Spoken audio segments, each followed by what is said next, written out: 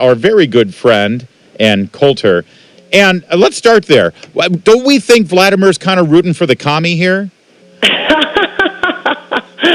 That's actually a great point. As long as they're going to keep talking about a non-communist, normally corrupt Russia as if this is the Soviet Union. And by the way, we really could have used their help back when it was a nuclear-armed communist power encroaching on one country. I mean, I wrote about this in Resistance is Futile. Having written the book Treason, they've spent 50 years defaming Joe McCarthy, Whittaker Chambers, holding up Alger Hiss, a Soviet spy, as proved by the Venona papers. It turns out J. Edgar Hoover and a few people in a secret army program knew all along that Joe McCarthy was right, that Alger Hiss was a commie, that Whittaker Chambers was right. The most crazed, fevered John Bircher had no idea how bad it was. And when the Venona papers was finally released, I think it was the early 90s, thank you to Senator Patrick Moynihan, he said, let's start decrypting these things. Oh, and by the way, only about 2% of the Venona, we are us reading secret Soviet cables, only about 2% have ever been decrypted at all. How about a government program to decrypt the rest of them and find out exactly how many journalists and Hollywood types and Democratic politicians were working for the Soviet Union of old, the one of the Stalin show trials, the one that's invading country after country, destroying Poland, Hungary. Yeah. I mean, a regime as monstrous as Hitler. No, back then, the entire Democratic Party and the media were on the side of the totalitarian regime with nuclear weapons pointed at us. Right. And I was thinking about this recently, not only because they won't shut up about Russia, but the two biggest issues for the Democratic Party are, number one, global warming. We won't be able to prove them wrong for 1,000 years. Number two, Russia. If only there were something like the Venona papers, because that was like, and here it is, 50 years later, we got the DNA evidence. We were right. You were wrong. Yes. I wrote about this in Resistance is Futile. I think it's one of the most amusing chapters, simply by quoting these lunatics working for Mueller who have suddenly discovered the Internet and Facebook. Yeah, there were Russians fooling around with Facebook and starting these groups and Twitter, woke blacks and that sort of thing. But they were on both sides. It just seems they were trolling. There was no clear effort, and the idea that them spending whatever it ultimately amounted to, including Facebook pages promoting Bernie Sanders. Yeah.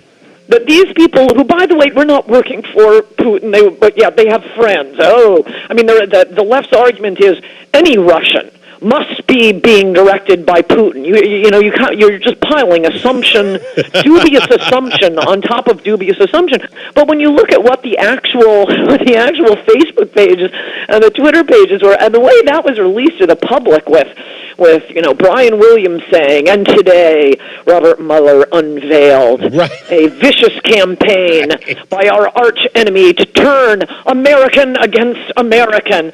This was 0.00001% of all campaign spending, these stupid Facebook ads. And we have to hear about this whenever they, switch off from global warming or some new lie about Trump. As long as Trump is in office, they're never going to give up on this. Just remember, these are the ones who defended Stalin's show trials. Thanks for the help when we could have used it, guys.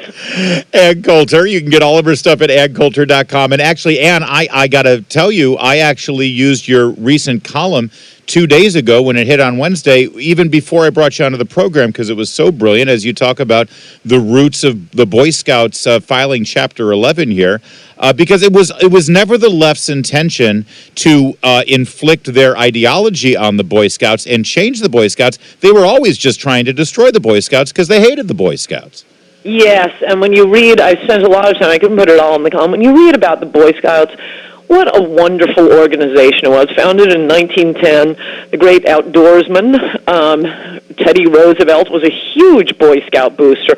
But the idea behind it, curiously, had a lot to do with the mass of immigrants coming to America then, and they didn't want these young immigrant boys standing on street corners with their sunken chests, smoking cigarettes, thieving, getting in trouble. And they noticed that young men. It started in England actually first, and then came across the ocean.